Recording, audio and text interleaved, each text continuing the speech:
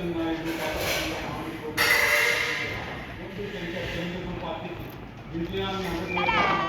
ఆముదాల వలసలో Ravikumar Telugu Desam party జెండా రోడ్ల కిరణ్ కుమార్ వైసీపీకి విజయం అందజేస్తున్నారు. వైసీపీ విజయాన్ని అందజేయబోతున్నారు. రాజాంలో కొండూరు మురళి తెలుగుదేశం పార్టీ జెండా ఎగరబోతున్నారు. పాలకొండలో ఒక్కసారి కళావతి వైసీపీ విజయాన్ని అందజేస్తున్నారు. ఇది శ్రీకాకుళం జిల్లా విశ్వచిత్రం. ఇంకా విజయనగరం జిల్లాలో ఏం జరుగుతుందో చూద్దాం. విజయనగరంలో ఉన్న 9 స్థానాల్లో 4 స్థానాల్లో తెలుగుదేశం పార్టీ విజయం సాధించబోతుంది. వైసీపీ 4 స్థానాల్లో విజయబోతుంది. జనసేన పార్టీ ఒక్క స్థానాన్ని కైవసం చేసుకోబోతుంది.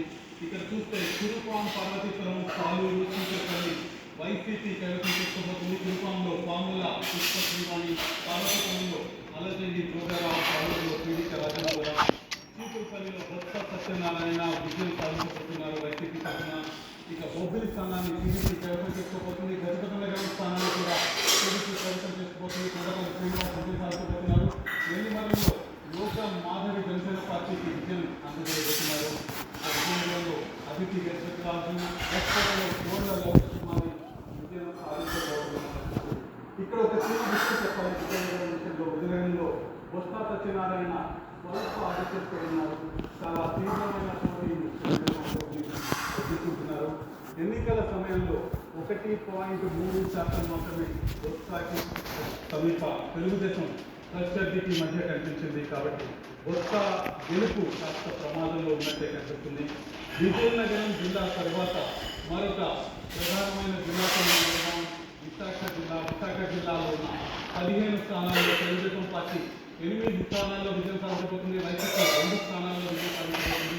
జనసేన 4 స్థానాల్లో, బీజేపీ 1 స్థానంలో విజయం సాధించబోతుంది. భీమిలో గంటా శ్రీనివాసరావు తెలుగుదేశం జెండా ఎగరవేయబోతున్నారు. విశాఖ ఎన్నికల్లో రైతులు రామకృష్ణబాబు తెలుగుదేశం తరఫున విజయం సాధించబోతున్నారు. విశాఖ సభలో వంశీకృష్ణ యాదవ్ జనసేన విజయాన్ని అందజేయబోతున్నారు. విశాఖ నార్త్లో కుమార్ రాజు భారతీయ జనతా పార్టీ విజయం అందజేయబోతున్నారు. విశాఖ వెస్ట్లో గణబాబు తెలుగుదేశం పార్టీకి విజయం అందజేయబోతున్నారు. గాజువాకలో పల్లా శ్రీనివాసరావు తెలుగుదేశానికి విజయం అందజేయబోతున్నారు. చోడవరంలో కేఎస్ఎన్ రాజు తెలుగుదేశం పార్టీకి విజయాన్ని అందజేయబోతున్నారు. ఇక విశాఖ జిల్లాలో మిగతా స్థానాల విషయానికి వస్తే మాడిగల్లో ఈర్ల అనురాధ వైసీపీకి విజయాన్ని అందజేయబోతున్నారు. అరకులో రేగం మత్స్యలింగం వైసీపీకి విజయాన్ని అందజేయబోతున్నారు. పాడేరులో గోపీశ్వరి తెలుగుదేశం జెండా ఎగరవేయబోతున్నారు. అనకాపల్లిలో కొనసాల రామకృష్ణ జనసేన పార్టీ తరఫున విజయాన్ని అందుకోబోతున్నారు. పెందుర్తిలో పంచకర్ణ రమేష్ జనసేనకు విజయం అందజేస్తున్నారు.